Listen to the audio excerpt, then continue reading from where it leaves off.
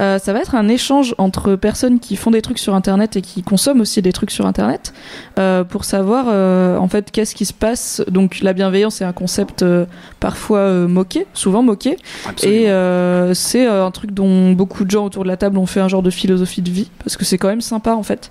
Donc on va parler de ça et voir comment ça se répercute dans nos consommations de contenu et production de contenu avec voilà, on va parler des commentaires, on va parler des trolls, on va parler de plein de choses. Ça devrait être, je pense, relativement sympa. Et vous pouvez poser vos questions sur le hashtag Nuit Originale sur Twitter et sur Facebook et partout ailleurs sur la si on tarote qu'à ton shit, négro, on s'en bat les couilles. Pose ta taille au point VIP, négro, on s'en bat les couilles. Je pense que j'ai envie que tu fasses tous mes jingles de toute ma vie, de façon absurde. Franchement, réfléchis-y quand même un peu. J'y réfléchirai quand j'aurai Moi, dormi. je suis pour. Faut y aller, hein, c'est bon. C'est parti. Donc on va commencer. En fait, ce que je voudrais déjà savoir, donc on va faire un petit tour de table. Je voudrais savoir si dans la vie vous avez tendance à commenter quand vous consommez du contenu sur Internet. Est-ce que vous êtes du genre, de façon bienveillante ou non, à aller donner votre avis ou pas? Parce que c'est dur d'être bienveillant quand on fait rien. Alors, ça se voit pas, quoi. Donc Clémence Bodoc, rebonsoir. Rebonsoir. Est-ce que tu commentes sur Internet? Est-ce que quand tu lis un article du Monde sur le débat sur la prostitution, tu viens dire bonsoir, je suis Clémence Bodoc?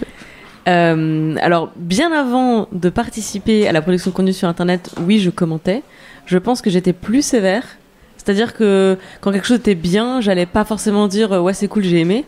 En revanche, quand j'avais des critiques à faire, je venais critiquer un article. Évidemment, je venais pas juste pour dire cet article c'est de la merde. Ça, je le partageais sur mon mur Facebook en disant cet article c'est de la merde, mais je n'avais pas Mais ça compte quand même. confronté l'auteur. Depuis que je produis sur Internet et que je parle à des gens qui font du contenu sur Internet, je vais beaucoup plus volontiers mettre des commentaires pour dire c'était super cool, j'ai bien aimé ça, ou bravo pour ça, etc. C'est vrai qu'avant je le faisais pas parce que j'étais un peu dans une position de cliente. Maintenant que je suis aussi de l'autre côté du miroir, ça fait toujours plaisir quand tu te mets dans les pompes des gens qui ont bossé, quoi. C'est devenu un consommateur. Voilà, c'est beau. Ok, Amélie, est-ce que quand tu consommes, que ce soit de l'écrit, de la vidéo, etc. sur Internet, est-ce que tu commentes? Je commente quasiment jamais parce que c'est pas mon style. Par contre, les likes et les partages souvent. En général, quand j'ai aimé, du coup, je like, et quand j'ai grave kiffé, je partage. Mais je commente vraiment, vraiment rarement. Par contre, je lis les commentaires. Ok, mais du coup, pour toi, il n'y a jamais d'action négative, quoi. Si t'aimes pas, tu fais rien. Non.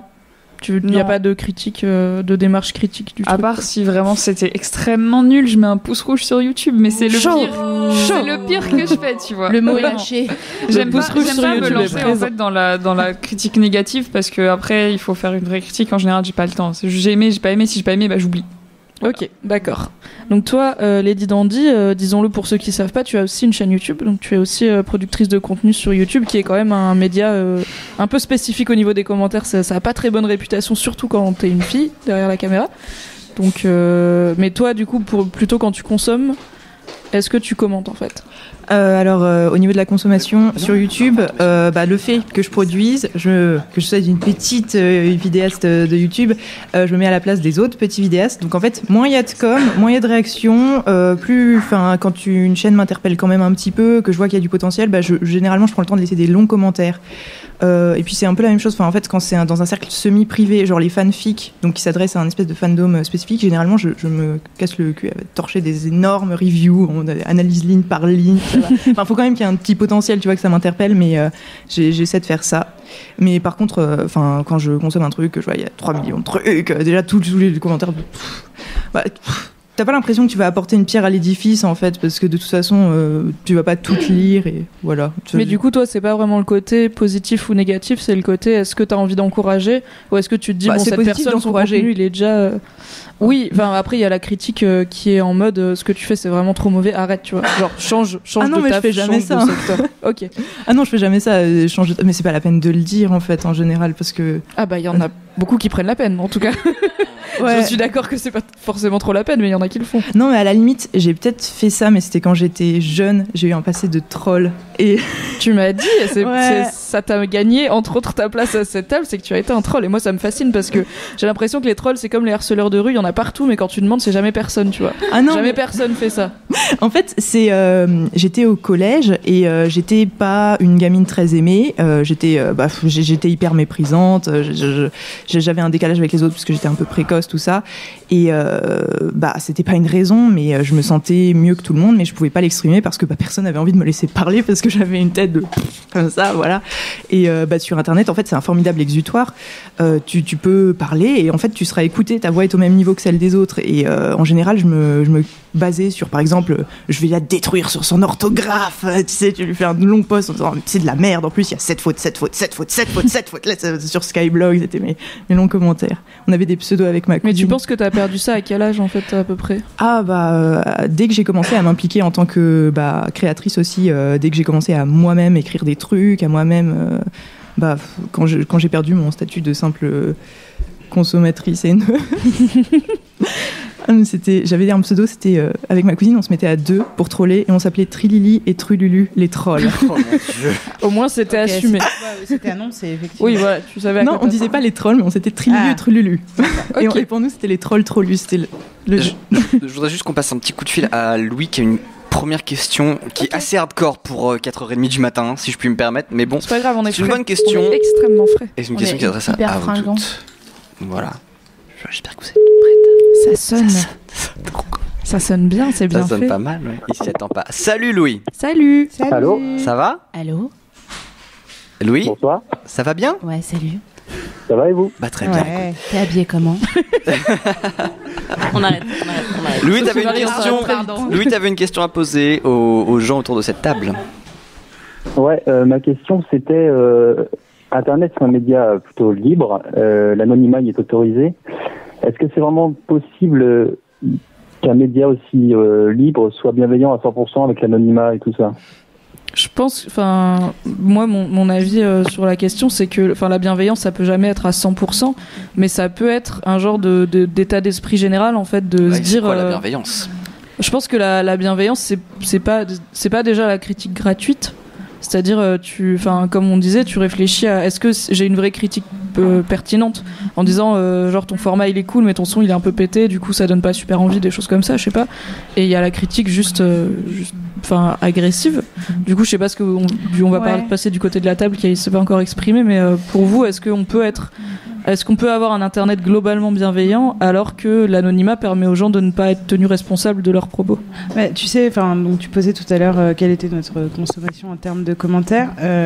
J'ai l'impression de me tenir à la conduite de je ne dis rien de ce que je ne pourrais pas dire dans la vie à la personne en face de moi. C'est-à-dire que quand un contenu me révolte, qui me fâche, je m'octroie le droit, parce que les commentaires sont ouverts, d'être fâché et d'être agacé et de vouloir débattre, mais c'est pas un truc que je ne ferais pas dans la vie si un mec ou une meuf tenait un discours qui me déplaît.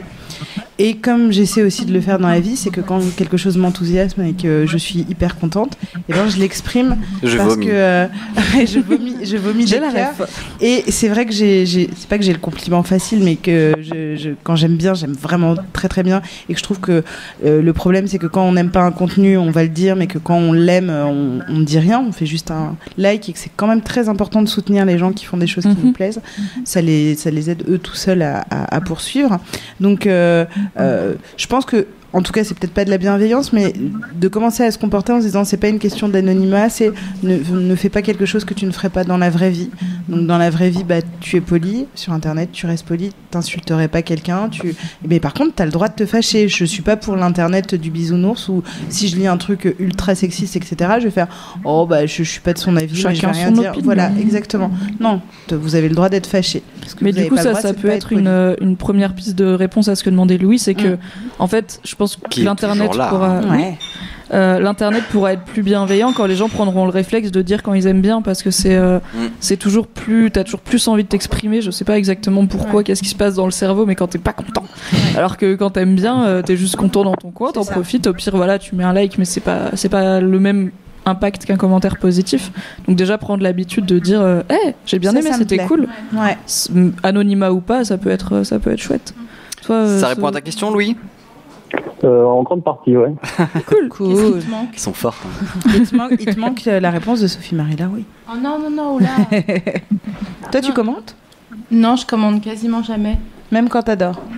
Ouais, je pose un pouce, quoi, mais je commande pas trop. Non, j'ai pas ce réflexe-là. Et quand il y a un truc qui te rend ouf? Ben, généralement, si ça me rend vraiment ouf, j'en écris un truc en réponse et je le mets genre sur mon blog ou quoi. Mais c'est tellement rare que c'est anecdotique, quoi. Soit j'en discute dans la vraie vie. Et pour mon avis, pour répondre à ta question, Louis, c'est que pour avoir un internet bienveillant, il faut des gens heureux. Bon, il nous faut encore 2-3 ajustements, quoi. C'est ça. Mais c'est ça en fait, c'est que Internet, c'est pas. Oui, c'est juste une interface en fait, et que derrière il y a des gens, et c'est ce qu'on a commencé à dire. Ouais. Mais il faut aller un peu plus loin en disant que tout simplement, Internet sera jamais complètement bienveillant parce que les gens ne sont pas dans la vraie vie complètement bienveillants, parce que ça arrive de péter un câble, d'être de mauvaise humeur.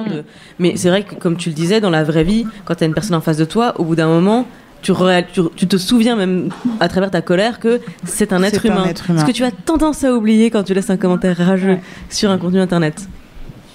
Ça répond à ta question, Louis? Ouais. Nickel. Bon bah écoute, merci beaucoup, Louis. Merci d'être passé. C'était un sacré débat. Je peux juste une petite dernière question. Toi, tu commandes beaucoup sur internet ou tu lâches des pouces? Je mets pas mal de pouces bleus depuis pas très longtemps en fait, parce qu'avant j'avais pas de compte et quand j'ai commencé à avoir un compte, j'avais pas le réflexe. Et au bout d'un moment, je me suis aperçu que c'était quand même important pour certaines personnes qui en avaient besoin. Et j'ai pris le réflexe. Je commente seulement quand je trouve que la personne a pas les vues qu'elle mérite ou les j'aime qu'elle mérite. Donc ouais, t'es un peu comme Lady Dandy dans la démarche d'encouragement si tu penses que si tu penses que ça va pas être noyé dans la masse, quoi. Exactement. Ok. Louis, merci beaucoup d'être passé. Coucher, hein. Merci à vous. T'es avec nous jusqu'à 9h. Jusqu'à 9h. Allez, la classe. Nous, merci, on boit pas mec. de café, c'est faux. À très vite, Louis. Ciao. Ouais, au revoir. Je voudrais juste clarifier un truc parce que par rapport à ce qui a été dit au tout début, il y avait beaucoup il y avait Clémence notamment et Lady Dandy qui disaient qu'elles étaient plus virulentes avant de produire du contenu et que produire du contenu te rend forcément plus sensible. Il faut pas en faire une généralité. Moi, je connais il y avait un moment où j'étais avec un pote et donc je gère la page Facebook de Mademoiselle qui est relativement safe pour une page Facebook d'un média assez important, mais où ça arrive qu'on se fasse troller. Et il y avait deux mecs qui trollaient, mais vraiment le même article tout le temps. Et c'était le genre de troll où au début t'as l'impression que c'est un commentaire sérieux, donc tu réponds parce que je suis con, j'ai répondu. Et en fait, au bout d'un moment, mon pote regarde et il me dit mais je le connais en fait, c'est un pote à moi et c'était un mec qui produisait du contenu sur internet qui avait une certaine légitimité et tout, et ça l'empêchait pas. Et il m'a dit mais en fait arrête de lui répondre, il troll. Et je fais mais je sais pas, tu veux pas envoyer un texto à ton pote, faut dire d'arrêter d'être un connard. Moi c'est mon taf en fait, j'ai pas que ça à faire, donc en fait je lui ai dit je vais le bannir de la page, c'est pas grave, tu vois, il ira faire sa vie ailleurs. Mais c'est quand même quelqu'un qui est exposé au contenu, aux commentaires sur internet sur du contenu qu'il produit lui, et ça l'empêche pas de s'amuser à troller ailleurs. Donc il faut pas penser que dès qu'on produit on devient tout de suite Mais pourquoi en fait ça lui fait 3 clics sur sa page? Non, même pas du tout, parce que c'était avec son compte perso, donc qui est pas lié. C'est juste pour le lol en fait. Okay. C'est vraiment ça l'amuse. Okay. Après, il y avait quand même un truc assez intéressant, je crois que c'est dans la conf, le Minitel 2.0 de Benjamin Bayard, où il explique un peu les étapes de l'internaute, où tu vas commencer en mode kikoulol, c'est-à-dire enfin vraiment, c'est les termes qu'il utilise, hein, en mode kikoulol, à commenter un peu n'importe comment, du coup aussi à te faire latter par d'autres commentateurs, commentatrices sur ton orthographe, sur ceci, cela, ou ensuite tu vas devenir commentateur, commentatrice. Ensuite, il va y avoir le côté expert, c'est-à-dire au fur et à mesure que tu deviens commentateur, commentatrice, pour pouvoir argumenter, tu vas te renseigner, tu vas bûcher, tu vas essayer d'aller plus loin, et de expert passer à producteur, productrice de contenu. C'est si vrai, c'est si vrai. Voilà, je trouve ça très très bon. C'est cette fameuse échelle dont on oublie toujours le nom, alors que ça fait 1000 fois qu'on l'évoque, on sait plus comment elle s'appelle. L'échelle de je sais plus qui. Mais cela dit, c'est vrai que quand tu regardes les réactions d'articles sur des médias un peu sérieux, quoi, les réactions sont sont parfois aussi intéressantes que l'article en lui-même, quoi. Parce que tu vois des gens qui ont une vraie pensée construite et qui lâchent pas genre clap clap 20 sur 20 bravo la France c'est ça aujourd'hui, ou des conneries comme ça, quoi. Ils ont vraiment merci Hollande. Ouais, un peu. Nicolas revient. Non, c'est vrai qu'il y a des commentaires qui apportent une vraie valeur ajoutée à l'article et c'est pour ça que c'est intéressant de les laisser ouverts et de les lire. Sûr.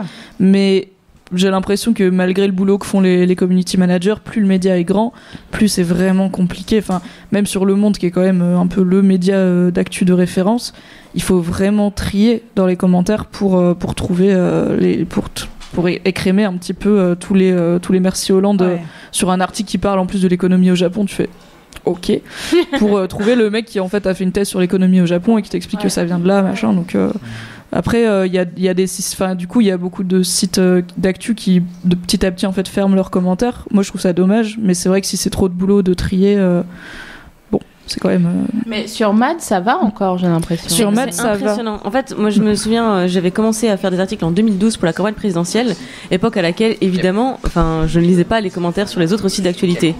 Et quand j'ai commencé à faire mes revues de presse sur Mademoiselle, je me suis dit, je vais pas lire non plus les commentaires parce que ça va me brûler les yeux.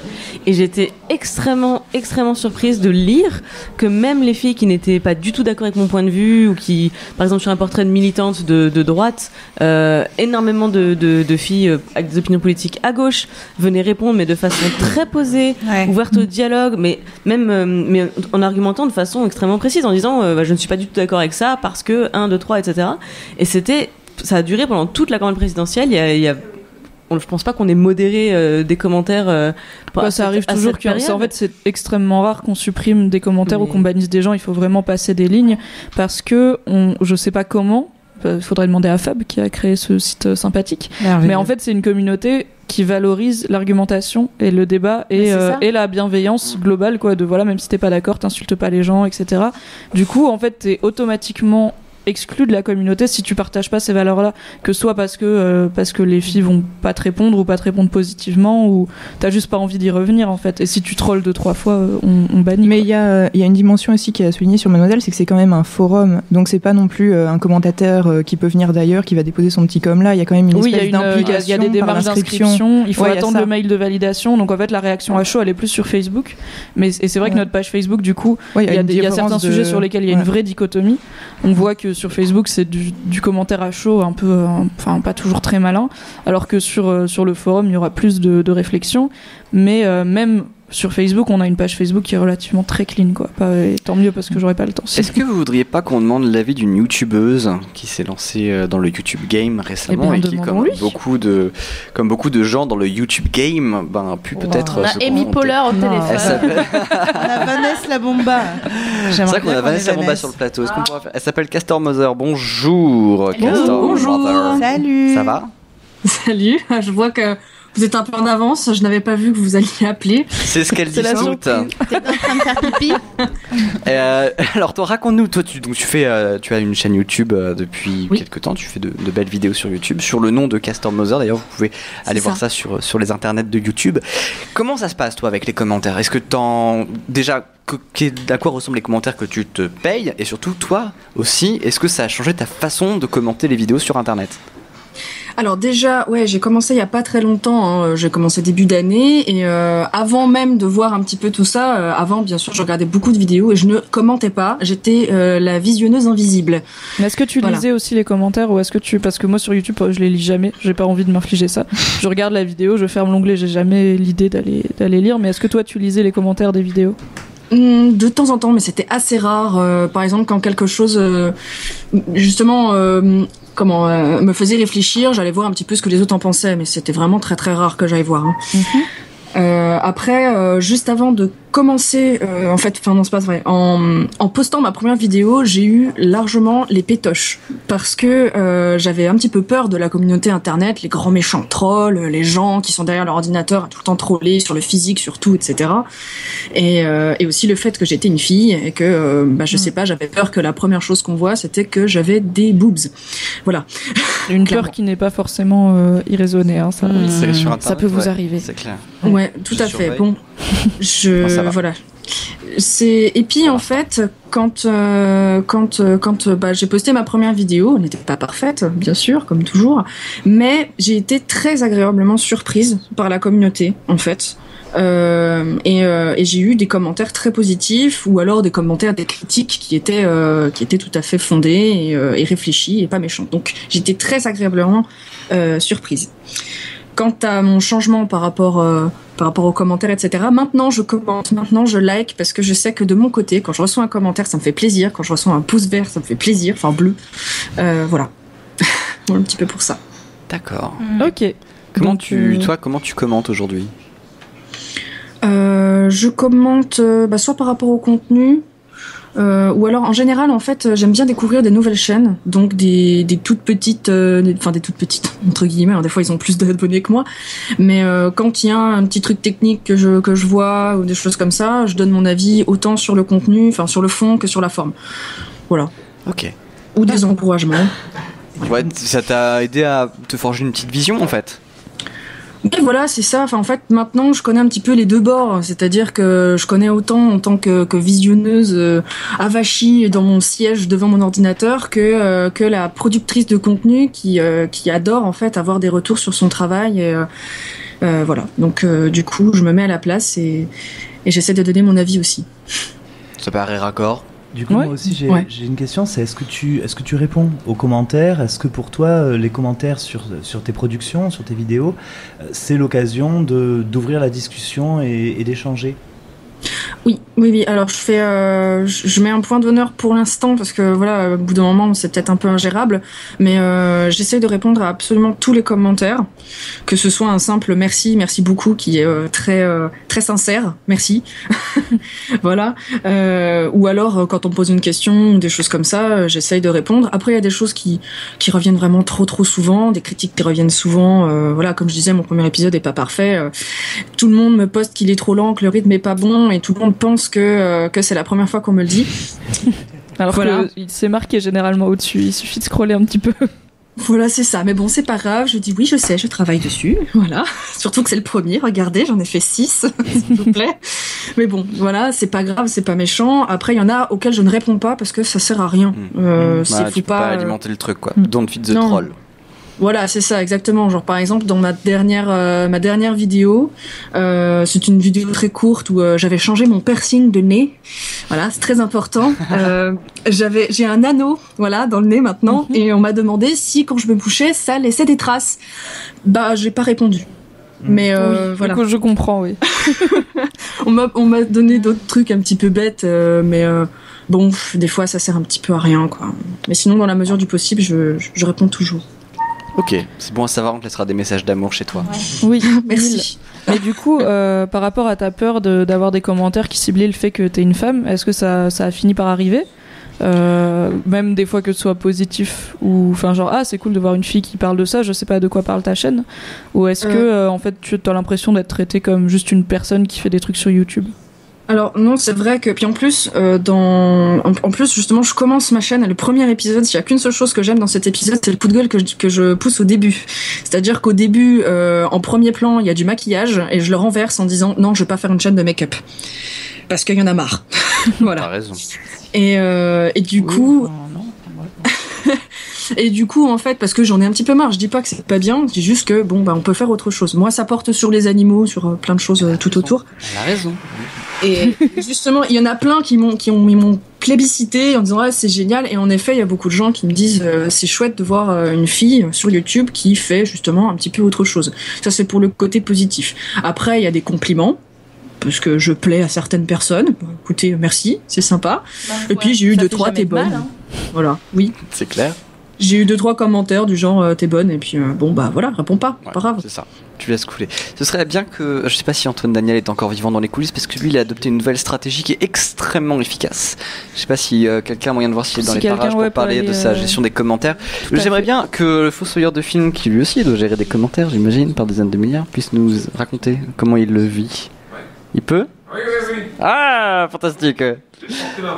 Juste pendant que le fossoyeur s'installe, merci beaucoup Castor Mother pour nous l'explication. Et bonne continuation sur YouTube. Ouais, on verra tes vidéos. Je veux juste dire un truc, si tu concernant les commentaires et les trucs par rapport à mon personnage fictif et parodique Vanessa Lomba. Comment ça fictif? Elle existe. C'est assez intéressant pour le coup pour ce personnage-là parce que c'est quand même une parodie donc avec tous tous les codes des meufs qui sont censés être bien, sauf que c'est dégueulasse parce que c'est trop poussé à l'extrême pour ceux qui connaissent pas Vanessa La Bomba. Et il y a vraiment des commentaires hyper hardcore, et ce depuis très longtemps, donc du coup parce que ça fait un moment que ce personnage existe. Et en fait, je trouve ça super parce que déjà ça trie les gens. Donc ils comprennent pas, ils pensent que c'est une vraie personne, et quand ils comprennent, ils se disent j'aime bien comme tu fais genre la personne un peu deg quand même, genre exactement en fait. Donc ça permet d'aller à un stade 2 de compréhension de trucs. Et puis aussi il y a un truc rigolo, c'est que en tout cas moi ça m'a vraiment forgé un truc où je m'en bats les couilles. T'as pris tellement de violence tellement vite que t'es immunisé en fait. Franchement les commentaires aujourd'hui ouais d'accord. Et j'écris pour Brain aussi, donc Brain Magazine c'est vraiment les pires des trolls du monde entier. Et t'écris n'importe quoi, un article gentil sur Demain Matin, ils sont là, ouais mais c'est quoi cette connerie, encore un coup des juifs, pour rien, vraiment tout le temps. Je savais pas que c'est comme ça les commentaires. C'est vraiment la preuve que je ne les lis pas trop dans la vie des commentaires. C'est vrai que ça commence à arriver sérieusement. Est-ce que quelqu'un pourrait juste laisser un petit micro à Antoine Daniel pendant que le fossoyeur de film expose comment est-ce que toi François Terrel tu exposes, comment toi tu gères tes commentaires, comment ça se passe avec ta communauté? Je suis à peu près au même stade de je m'en bats les couilles, mais non, je respecte les commentaires, tout ça. Non, en fait, c'est compliqué de s'y retrouver au début, enfin, comment dire, à mesure que la visibilité croît, où on se trouve pris dans une sorte quelquefois de cacophonie. C'est difficile de faire la part des choses entre les commentaires constructifs, les commentaires pas constructifs, et mettre en perspective effectivement tout ce qui relève de la pulsion de parole, ce qu'Internet a vraiment développé quelque part, ou mis l'accent là-dessus, c'est le fait chez certaines personnes, de vouloir à tout prix juste balancer un stimuli de texte, de son, de quoi, quelle que soit la manière de le faire, juste balancer quelque chose avant presque d'y réfléchir. Donc il y a cette espèce de pulsion de parole qui est parfois un peu trop prégnante. Et c'est ça le truc compliqué à gérer quand on n'a pas encore trop de recul par rapport à ça. Et c'est par rapport à ça, surtout je pense qu'il faut développer un recul et juste contextualiser vraiment les commentaires et savoir d'où ça vient, quoi. Parce que ça nous arrive à tous de taper un commentaire et de se dire vas-y c'est bon, on s'en fout en fait. Ouais. Et sauf que les vrais trolls, c'est ceux qui cliquent sur envoyer, alors qu'en réalité, on a tous cette pulsion là. C'est juste que si t'as un peu de bonheur et de bienveillance dans le reste de ta vie, j'imagine que tu l'envoies pas. Et donc c'est ça. Ce à quoi il faudra arriver, à mon avis, c'est pas un internet forcément bienveillant, mais c'est un internet critique, quasiment politisé, quoi. Mais même par rapport à la critique, il y a toujours une question de contextualisation. Quand je vois des gens qui mettent un point d'honneur à expliquer pourquoi ils vont mettre un pouce rouge, personnellement, en tant qu'internaute, il me viendrait jamais à l'idée de mettre un pouce rouge, à moins que je sois devant une vidéo purement honteuse, vraiment, qui est révoltante, quoi. Et là, juste des gens qui disent non, je suis désolé, t'as pas cité quelqu'un que j'avais envie de voir citer dans la vidéo, je me sens obligé de mettre un pouce rouge. Mais vraiment, il y a presque, elle est là, la volonté presque politique attends, là, il faut que je mette un pouce rouge pour marquer quand même. Il y a ça, quoi. C'est toute une question de perspective à ce niveau-là, et c'est assez compliqué de relever où est la perspective de certaines personnes. Il y a un truc tout con aussi, j'ai remarqué, c'est mon cas aussi. On a beaucoup, en tant que créateur ou auteur, n'importe quoi sur Internet, tant que tu mets du contenu sur Internet, on a souvent tendance à répondre plus aux commentaires négatifs qu'aux commentaires positifs. Et la plupart des gens ont ce besoin aussi de se faire remarquer, et ils se rendent compte qu'une des seules façons de se faire remarquer aussi, c'est de mettre du négatif, parce que si un mec te dit allez trop bien ta vidéo, généralement tu lui réponds pas, tu dis même pas merci, tu vois. Je dis pas ça pour toi, oui, le fossoyeur, tu dis pas merci, non mais bref, non mais globalement nous tous. Ok. Globalement nous tous. Mais par contre, c'est vrai que quand on a un commentaire négatif qui nous énerve un peu, on a tendance à peut-être y répondre, tu vois. Et du coup, c'est une des seules façons que certaines personnes, ils se rendent compte que c'est comme ça qu'ils se font remarquer. Ouais. Et c'est aussi, je pense, un des trucs qui peut pousser à aussi inconsciemment écrire un truc nul à chier, quoi. Oui. Justement, moi, j'ai la chance de du coup pas être assez connu pour pouvoir encore répondre à tout le monde. Tu passes quand même 8 heures par jour, il me semble, Pouillot. Non, j'y passe 1 heure par jour à peu près. 1 heure? Une heure par jour à répondre à la fois aux commentaires YouTube, aux messages page Facebook et aux emails. Mais bon, 1 heure par jour tous les jours, quoi, hein, clairement. Mais ça a été quand tu m'as mis dans le 29, où là j'ai passé 70 heures en une semaine, quoi. Hein. Clairement, voilà, je me suis pris un raz-de-marée. Et à répondre à tout le monde.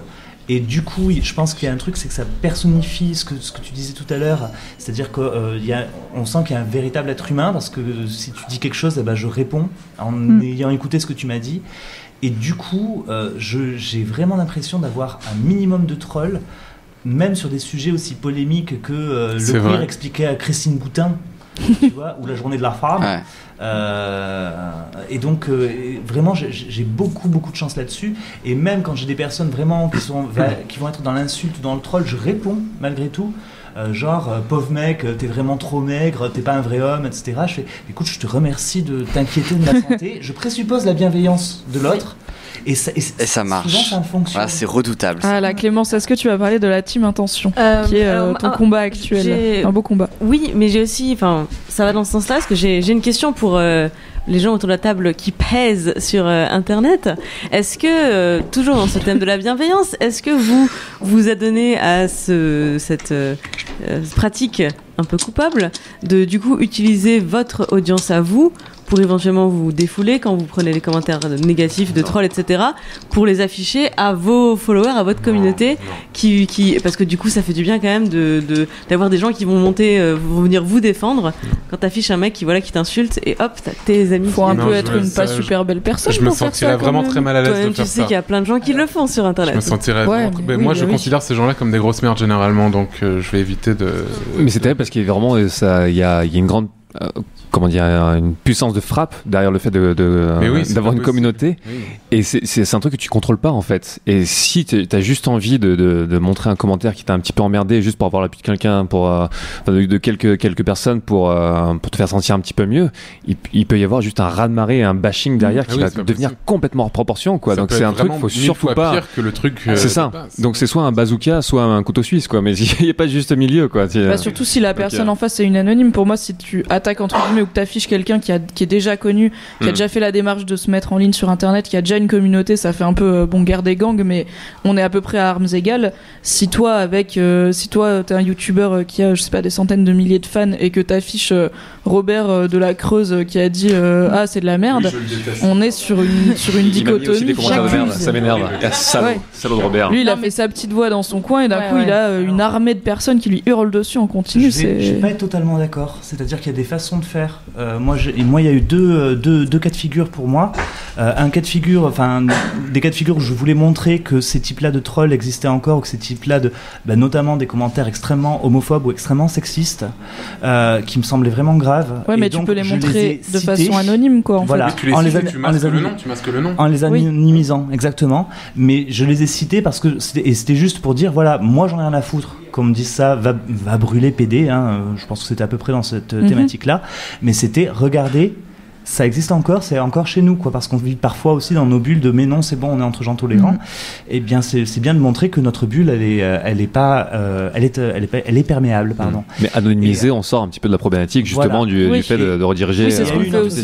Il y a un commentaire qui m'a touché, alors que d'habitude le troll ne me touche pas, parce que je sais très bien que ça parle pas de moi, que c'est la personne parle de la vision qu'elle a de moi, donc c'est pas du tout, elle parle d'elle, quoi, pas de moi. Et c'est juste qu'à un moment donné, ça a été, faudrait réouvrir Auschwitz pour les gens comme toi. Putain, j'ai vu et alors ça, je l'ai partagé uniquement en privé sur mon compte Facebook. Je l'ai bien mis en privé parce que mon grand-père a été à Buchenwald, si tu veux, et bizarrement cette phrase-là m'a touché, quoi. Voilà, tout simplement. Et ça aurait touché n'importe qui. C'était grave, ça. C'était vraiment grave. C'est un peu craignos quand même. Voilà, mais ça, j'ai besoin de le dire à mes amis, donc je l'ai mis en Facebook. En général, tout ce que je mets sur Facebook est public, sur mon Facebook perso, et là, je l'ai mis en privé, exprès. Mais ça se comprend, parce que toi, t'avais un besoin de partager, mais pas de lancer ta communauté aux trousses de quelqu'un. C'est pénalement répréhensible, là, on est mis dans on n'est pas dans la bienveillance. C'est le dogpiling. Mais moi, je trouve ça vraiment incroyable d'en arriver jusque-là, quand même. C'est vraiment canaliser toute une sorte de haine, d'une sorte de tumeur de haine que t'as à l'intérieur de toi qui grossit, c'est ce que dit tu la reverses anonymement sur Internet. C'est ce que dit Pouillou, les gens parlent d'eux finalement d'eux-mêmes avant de parler de toi.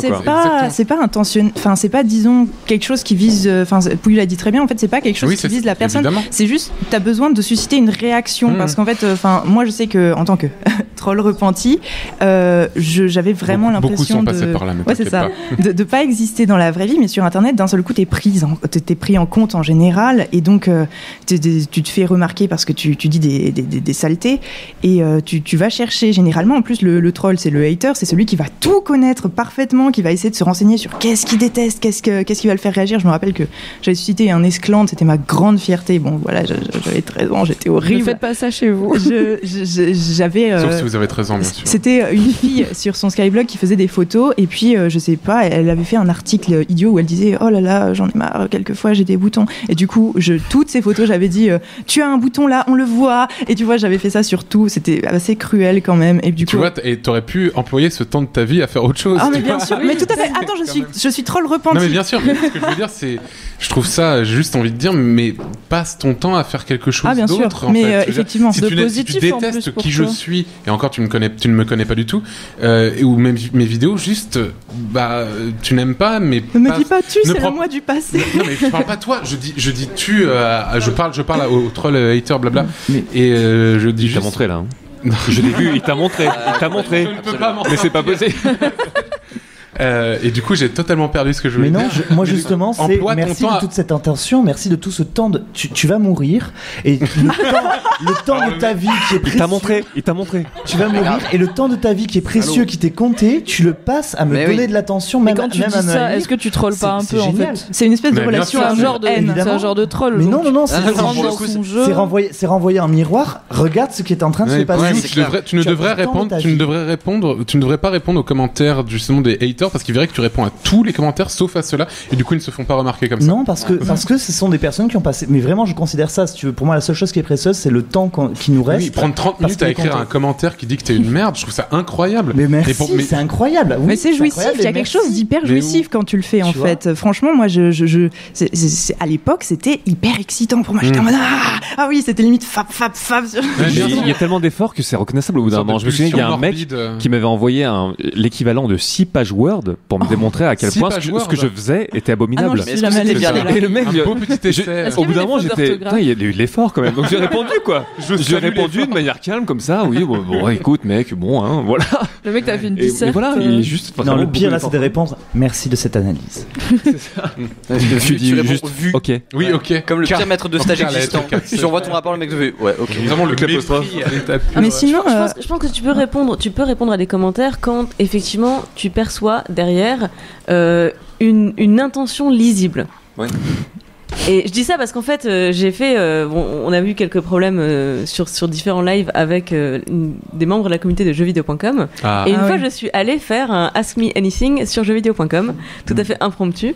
Et en fait, c'était très intéressant. C'est une punk un petit peu. Elle est comme ça en mode dimanche après, bonjour. Je vis dangereusement.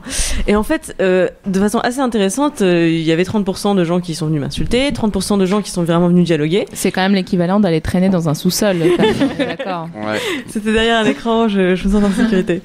Et en fait, assez vite, j'ai vu venir des réponses où j'étais capable de savoir si la personne avait vraiment envie de connaître ma réponse ou si elle était là pour effectivement me provoquer. Et notamment des messages totalement imprégnés de philosophie soralienne.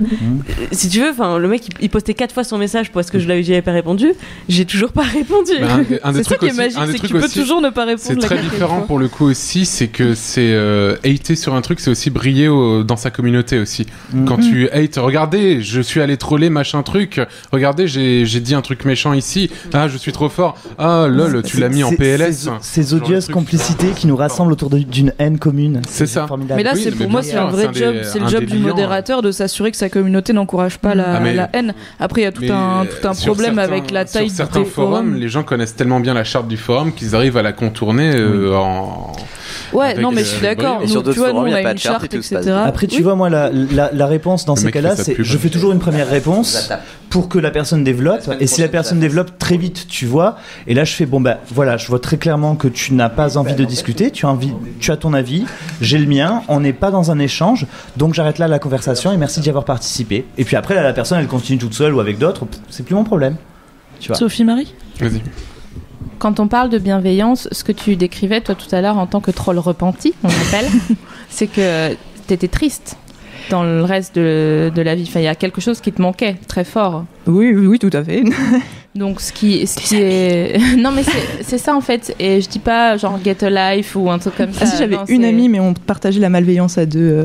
Bah voilà, en fait c'est ça le truc, c'est que le commentaire sert à se faire liker par d'autres gens qui auront le même qui se disent putain je reconnais, en fait ils likeront pas le commentaire mais ils reconnaîtront le désespoir. Et puis il y a aussi du ton. Il y avait aussi un côté, et c'est pour ça qu'après j'ai fait un gros rejet de tout ce qui était le cynisme, parce que je trouve que c'est la forme d'humour la plus facile. Il y a un côté très très facilement, quand tu trolls, tu brilles en fait en faisant de l'humour noir et en faisant des belles formules alambiquées. Je suis tout à fait d'accord avec toi. Pour moi, c'est un des pires trucs, ça, en effet.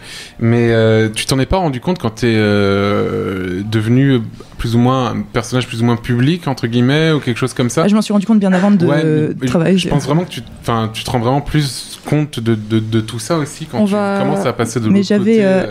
Oui. Juste, je crois que Thomas a un appel ou une question. Non, bah écoutez, c'était peut-être pour tomber sur un mot de la fin. Je peux juste dire un mot sur Antoine Daniel, du coup, parce que moi, il est beau. Quand j'ai eu une phase anti-humour noir, du coup, c'était quand tu commençais à devenir un peu hype et on parlait de toi et tout. J'étais genre, bon, bah je vais regarder. Et en fait, le principe de ton podcast aussi, je me suis dit, j'ai eu un blocage, j'étais genre, oh non, je peux pas, il se moque des gens. Je vais pleurer là. Et puis là, et puis je suis tombée, genre 2 mois après, t'avais fait un post sur ton Tumblr où tu disais que justement, tu voulais plus envoyer, enfin, tu voulais plus mettre les liens des vidéos, je sais plus quoi. Qui est très bien ce post. Ouais, c'est ça. Et du coup, tout de suite, c'était genre.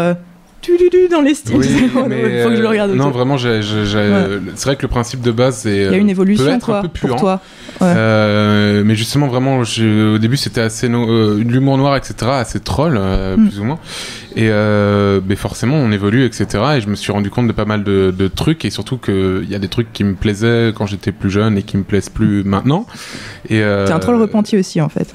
C'est exactement. Mais mais je suis aussi passé par. J'étais un putain de troll, et je pense même pire que toi quand j'avais 13 ans aussi. Mais et oui. Mais non, c'est vrai que maintenant j'essaie plus d'être dans l'absurde plutôt que dans la. Je critique plus trop vraiment. C'est vraiment. Je pense, pour finir, on va faire un petit tour de table. Qu'est-ce que vous avez envie de dire aux gens qui trollent aujourd'hui, en fait, pour ce grand combat collectif pour un Internet plus bienveillant et un monde plus bienveillant en général? Genre, en une phrase, qu'est-ce que vous voulez dire à un mec qui est en train de rédiger un commentaire grand comme ça pour dire qu'on devrait aller se suicider en sortant dans la scène? Faites un travail sur vous-même, déjà. C'était Adrien Méniel qui avait dit ça dans son passage dans Mon Internet à moi. Du monsieur qui vient de partir, son frère, et il avait dit cette phrase que j'ai trouvée très très vraie, c'est quand on arrête d'être triste, on arrête d'être méchant. Je crois que c'est Lao Tzu. C'est le Grinch en fait. Lao Tzu Méniel, ouais, c'est ça. Et oui, non, vraiment faire un travail sur soi-même, etc. Mais il n'y a pas vraiment de solution. En vrai, c'est ça c'est un premier pas, on va dire. Le problème, c'est que tu as tellement peut-être de frustration en toi, etc. Et tu balances ça, et tout ce que tu as canalisé en toi, tu le balances anonymement sur Internet, quoi. C'était des gens que s'il n'y avait pas eu Internet, ils auraient peut-être tué d'autres gens dans la vie, j'en sais rien. Non mais bref, pas forcément de... Sophie Marie, qu'as-tu envie de dire aux gens qui actuellement sont des trolls et qui n'ont pas forcément tous 13 ans, hein, parce que c'est pas que les gosses de 13 ans qui font ça. Qu'est-ce que tu as envie de leur dire pour espérer que ça les fasse réfléchir un peu? Je pense que ça va me rendre malade un jour ou l'autre, et que j'ai pas forcément raison de le faire, mais j'ai envie de leur donner tous rendez-vous. À chaque fois qu'il y a un troll qui vient me troller, j'ai vraiment envie de lui donner rendez-vous, de lui payer un McDo, quoi. Genre, viens, on discute, ça va. C'est une technique que Fabrice notamment a... Ah, il faut qu'on coupe. Est-ce que tu vois, ça me rappelle, tu vois, j'essaye de passer le truc hyper discretos. Tu me dis, il faut qu'on coupe. Non, mais il faut un mot de la fin. Il faut un petit mot de la fin. Bon, on peut dire que le mot de la fin, c'est en gros, rappelez-vous qu'il y a des gens en face. Oui. Demandez-vous si vous le feriez en vrai. Allez boire un verre d'eau avant d'écrire votre truc pour voir si ça vous calme. Toi-même, tu sais. C'est très important. Ouais. Et en une phrase, la colère est légitime, l'insulte ne l'est jamais. Même si vous êtes complètement en colère, vous n'insultez pas les gens. Si vous avez quelque chose à dire, ce sont vos internets. C'est ça. Mais de toute façon, plutôt que de commenter, créer. Mais dans 100 ans, on est tous morts. Est-ce qu'on veut vraiment perdre notre temps à hater sur des vidéos? Est-ce que vous voulez que la trace qui reste de vous, ce sera un commentaire plein de cynisme sur Internet? Il y a des côtés jouissifs sur le coup. Oui. Arrête d'encourager, toi, les gens. On est sur le mot de la fin. Quand vous aurez 40 ans, est-ce que vous serez fiers d'avoir... C'est comme quand tu manges un mauvais kebab. Comme quand tu manges un kebab, sur le coup, tu dis oh, c'est vachement bien. Et dès 3 minutes après, tu te sens plus bien. Mais en même temps, ça arrête d'acheter des mauvais kebabs. Achète des bons, c'est ta construction. Donc je vais pas pallier la mon jouissance, parcours. et quand tu crées la jouissance, c'est beaucoup plus profonde et beaucoup plus valorisante. Ah non, mais bien sûr, mais ça crée quand même mon parcours et donc il y a une prise de conscience. C'est la différence entre un kebab et te faire les lasagnes du siècle parce que tu te les ai mitonnés. Mais je pense qu'il faut pas faire des lasagnes, pas des mauvais kebabs. Non, mais il faut pas faire de l'espoir. Tous les trolls d'aujourd'hui peuvent être les créateurs de demain. Voilà, faites des lasagnes, pas des mauvais kebabs. C'est pour ça qu'on leur parle. Sinon, on leur parlerait pas si on pensait pas qu'ils pouvaient changer. Drop de mic. Cool. Aimez-vous, soyez cool. On a et on Et moi je vais partir. je Bye pense. bye. Donc c'est au revoir à tous. Je vous aime très fort. Voilà. Salut les gros bisous. Je propose juste que Dari s'installe avant que Sophie Rich ne vienne pour faire un petit point sur les commentaires qui nous auraient échappé. Je la dédie à toutes les meufs qui Il s'installe pendant qu'il y a un grand classique. C'est plus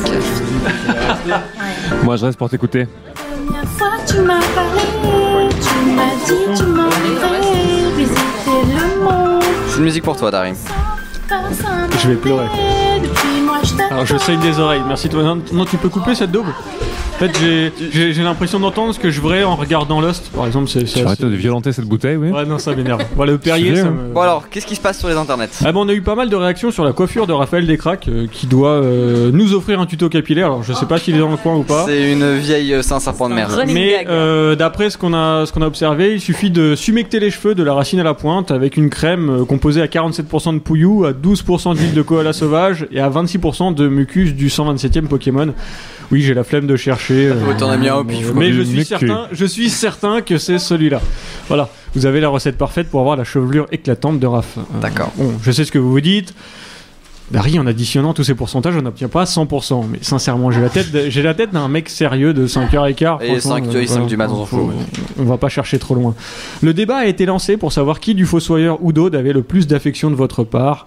Bon, d'après notre équipe d'experts, tu gémiras après. Non, mais déjà, c'est un gémissement préventif. Bon, d'après on verra ensuite. Notre bande d'experts qui compte une personne et demie, hein, donc 0,75% de moi, 0,75% de Pierre-Antoine, alias ce petit frère de Thomas. On a identifié que nous voulons tous le cœur d'Aude, mais on veut tous le cul de François. C'est vrai. C'est tellement vrai. Il faut être honnête 5 minutes. J'étais là le premier et je vous emmerde. Je vais pas le prêter. Je ferai tourner Pupus, mais lui, il m'appartient. Oh shit. God damn it. On a une Aérédus qui n'est peut-être plus là, mais qui nous a dit que tous les François étaient tellement attirants ici. Ça fait très plaisir à François Hollande qui a dû décommander au dernier moment, mais il est ravi. Apparemment tu as un ticket, donc n'hésite pas à nous envoyer ton numéro, on le transmettra à l'Elysée. Et au passage, tous les hommes virils et sexy qui ne s'appellent pas François ce soir te détestent, donc si ta voiture est cramée demain matin, ne me remercie pas, il n'y a pas de souci. Voilà. On a eu pas mal de questions aussi au niveau de qu'est-ce qui est arrivé au bras de Aude. Et bon, on va le lancer tout de suite. Aude a sauvé la vie d'Omar Sy. Vous avez peut-être, je pense que tout le monde a vu Jurassic World. Au pire, je vous spoil, mais on s'en fout. Omar Sy n'est pas mort dans ce film. Voilà, ça doit être. Alors, un noir qui survit dans un film américain, c'est surprenant, mais il a accumulé tellement de points de karma dans Intouchable qu'il ne peut pas mourir. Pendant les 3 prochains films, il sera interdit de mort. Et en réalité, Aude s'est attaqué à main nue au vélociraptor qui chargeait notre pauvre. Elle lui a pété la nuque, on peut le dire. Absolument. Mais il s'est fait défoncer le dinosaure. Mais je vais arrêter de voir un peu comme ce micro. Je vais me la jouer pas très beau 5 minutes. Il s'est fait défoncer, mais Aude s'en est bien sorti quand même. Bon, elle est un peu cassée, mais elle va s'en remettre. Contrairement au dinosaure qui maintenant doit, je sais pas, il est dans un plat de lasagne, je crois, ou un truc du genre. C'est fini la bienveillance, on peut le troller. Oui, ouais, trollez-moi. À fond. On a Être Absurde qui nous a dit précision sur les légendes urbaines, elles peuvent avoir lieu en zone rurale. Et oui, donc vous aussi, vous tous qui vivez à la campagne et qui vous croyez en sécurité parce que Robert ne peut pas être à votre fenêtre, allez voir. Peut-être qu'au loin vous verrez une ombre. Légende rurale. Et quand ça sonne un peu moins bien comme type de film quand même. Je précise qu'on avait énormément de légendes rurales, mais qu'on a tout simplement pas eu le temps de les faire parce que c'était tellement bien. Pour la 4e. Et tout le monde a réagi et c'était. Mais j'étais en train de dire un truc bien. Girl, what are you doing? Donc les légendes rurales, il y en a. Vous pouvez vous faire peur, vous aussi. Ça ne touche pas que les gens de la ville. Des vieux ploucs pourris, elles étaient géniales. Ouais. Je suis sûr qu'il y en avait de chez moi d'ailleurs. C'est où chez toi déjà? La Bretagne, c'est les Côtes d'Armor. Il n'y en a pas à Lamballe. Bon, ils appellent ça un livret de famille là-bas. C'est le problème. Pour transmettre les légendes, en général, il faut mieux écrire. C'est le problème de la Bretagne. Et on a eu beaucoup de messages lors de cette reprise d'Imagine qui disaient que Thomas chantait faux. Mais en même temps, moi j'y peux rien, c'est pas nos lois de Nord. Alors j'étais à côté de Thomas. Et en fait, on s'est rendu compte qu'il y avait un truc tacite, des gens qui ont attaqué, en fait, Imagine, avec une harmonie vocale au-dessus. En fait, c'était pas sur le plan habituel. Donc on s'est regardé, on a fait bon. Eh ben on va essayer quand même sur le plan habituel. On a continué et c'était pas facile. Non, c'était pas facile. Ouais, vous avez tenté un truc en jazz contemporain un petit peu dissonant comme ça. À un moment, t'as tenté un scat, Thomas? Ouais, je t'ai entendu. Un petit truc, ouais. Puis on était en carte. Ouais. Carte quoi? En carte diminuée. On était en quinte juste, comme dirait le père Blaise. Quinte. Et puis tout le reste, c'est de la merde. C'est un petit peu les messages d'amour qu'il y a eu ces derniers temps. Et puis voilà, je continue à vous lire. Tu reviens après. Mais je reviens quand vous voulez. De toute façon, moi, je pars après toi. On voit vers 7-8 heures pour faire un dernier point sur les différents messages qui auront tapissé la soirée. Merci beaucoup. Avec plaisir. Et merci de m'accueillir. À tout à l'heure. Est-ce qu'on peut avoir Sophie Rich, s'il vous plaît? Je me retire moi aussi. Il avait écrit Je vous aime, même si je le montre peu. Qui a dit ça? Je crois qu'on fait un jeu. C'est vrai? Mais il a pas osé le dire. Que avec les wads. Mais ça se voit. Au revoir Yacine, on fait un grand au revoir et un grand merci, un grand bravo à Yacine. Donc pour cette émission suivante, nous allons vous parler de la sonde New Horizons qui approche de Pluton. On va parler de ma sonde urinaire MDR. Sophie Rich 13 enfin. Tu vas faire quoi? Mic drop.